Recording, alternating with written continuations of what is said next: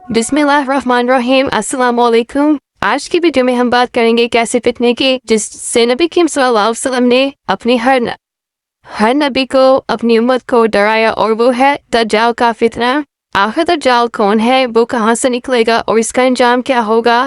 Video आखिर तक जरूर देखिएगा, क्योंकि आखिर में हम आपको एक ऐसी दुआ बताएंगे जिससे दज्जाल की फितने से हिफाजत हो सके।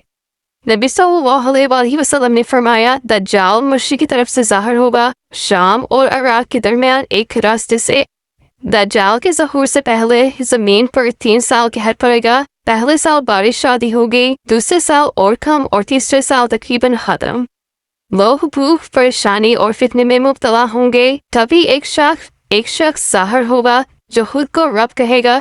वो कहेगा, मैं तुम्हें रिस्क दूंगा, बारिश बरसाऊंगा, मुर्दों को जिंदा कर दूंगा, मगर याद रखो ये सब उसके जादू और फरेब होंगे। नबी सल्लल्लाहु अलैहि वसल्लम ने फरमाया, दज्जाल की एक आंख बंद होगी और उसकी पेशानी पर लिखा हुआ काफिर। ये लफ्ज हर मोमिन पढ़ेगा, चाहे वो पढ़ना जानता हो या नहीं। दज्जाल जहाँ जाएगा उसके साथ साथ एक जन्नत और एक जहन्नम होगी, लेकिन हकीकत में उसकी जन्नत जहन्नम होगी और उसकी जहन्नम जन्नत होगी। जो इस पर ईमान लाएगा वो तबाह हो जाएगा, और जो सब्र करेगा वो निजात पाएगा। दज्जाल के पास बेपनाह ताकत होगी। वो आसमान से बारिश बरसाएगा, जमीन से खेत उगवा देगा, लेकिन ये सब शैतानी फरेब होंगे।